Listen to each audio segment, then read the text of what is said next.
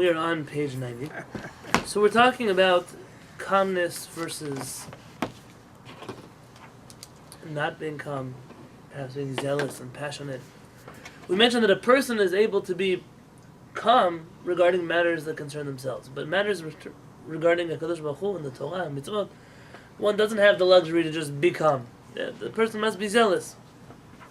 We mentioned a few different scenarios. In the next 2 pages, Rabbi Yonatan Halevy is going to go through different stories of the Tanakh. Moshe Rabbeinu and Pinchas and Shmuel and Shaul and King David.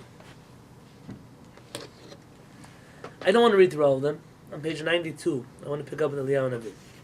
Pinchas is questionable. What's questionable? Going and killing the whole group of people. Why? He killed 2 people. 2 people who were doing an Avirah, he killed them. No, he told them like a brisk, and then third day go and kill everybody. That's Shimon and Levi. Yeah, right. Yes. He doesn't bring them down as a proper example. Ve'Eliyahu Hanavi. Eliyahu the prophet shachat the Nevi'ei Habal 450 b'sha'ah achat. Eliyahu Hanavi slaughtered 450 prophets of the Baal in one short period of time. And he says, Kano kineti l'Adonai Elohei Tzevaot, I have been zealous for Hashem my God.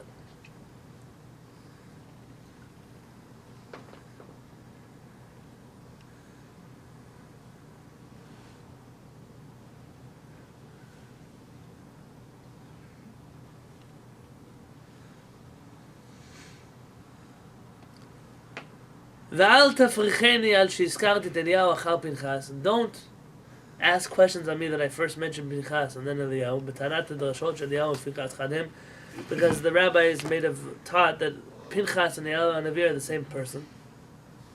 Shreim hu, if he is him, kafi atana azot ezor ayanu sab lekinat Torah. If they're the same person, so just another instance in which he was zealous. V'yimacheru, and if he's a different person, as kaneh kol echad min hashnayim leElohim, then they both were zealous, and it doesn't make a difference why I mentioned in this order.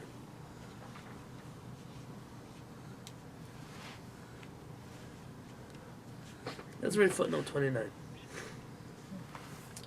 I've heard too many speeches that Pinchas is Eliyahu Hanavi. Too many. What do I mean by too many?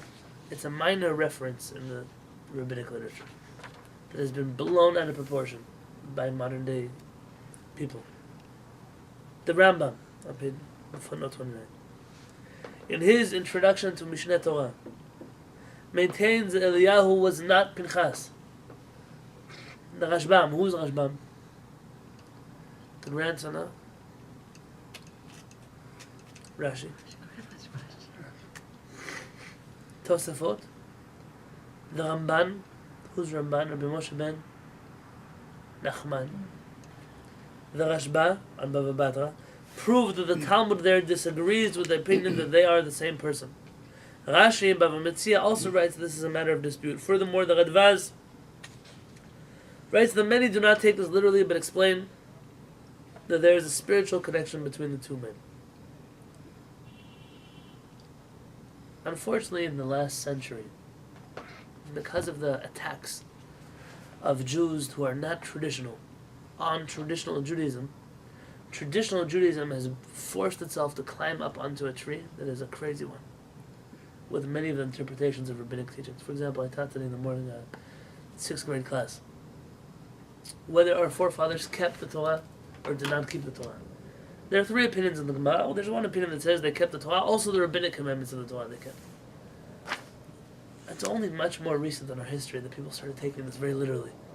They kept, how does it keep the Torah? How does a Rambam, he had an Eruv in his house? Yeah, sure, Chazal say it this way, but what does it really mean? The people are very juvenile. They become very juvenile with their texts because they're afraid that somebody might say, oh, they reject the oral Torah, they reject the teaching of the Talmud. We've jumped on certain bandwagons that are just people who lack a tradition. They lack a spiritual tradition. The flaw in the yeshiva world, the flaw, is that people do not continue a spiritual tradition of a teacher who had a teacher, who had a teacher, who had a teacher. Innovation is always looked upon in Judaism, but innovation is not invention. These are two different words. Innovation means I have a different spin on something, but it must be firmly rooted in the way we were taught generation after generation. Invention is, I'm a balgava, I'm an egotistical person. Who needs a rabbi? I can read the text on my own. I'll come to whatever conclusions I want on my own. This kind of person is very dangerous and ends up destroying many things, many values that are inside of our Torah. You have to make sure that when you study from a person, that the teachings that they have come from somewhere. They have a source, they have an origin.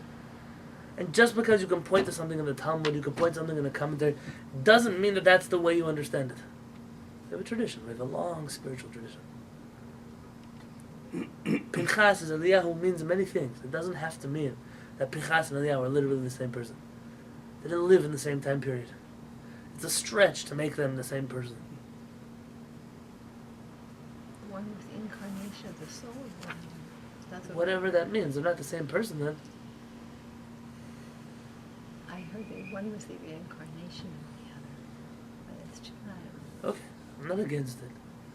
What Rabbi Avraham entertains the thought. Entertains it. It can't become a fact all of a sudden. I'm going to skip to page 94. Uvetoldot Chazal, and in the traditions of our rabbis, Niskar HaKas HaDati Leitim Krovot. You find very often stories of anger for religious reasons.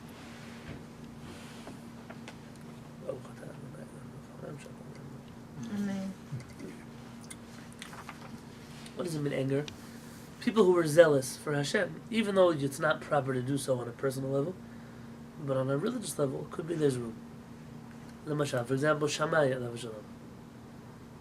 Another reason I struggle with rabbinic teachings, modern rabbinic teachings, they've turned Shammai into some evil person. Shammai is one of the greatest rabbis we've ever had. So his approach was a little more conservative. His approach was a little more to the book, to the letter of the law. Okay, fine. But why do we have to put down Shammai? Why do you have to? There's a song that many people sing, Hasidim and Sfaradim sing before Kiddush on Shabbat morning. And there's a verse in it that says, the many years I used to just skip. It says, please let us be like Hillel, velo Shammai. Let us be like Hillel, but not like Shammai. I didn't say this verse because I don't believe the author wrote such a thing.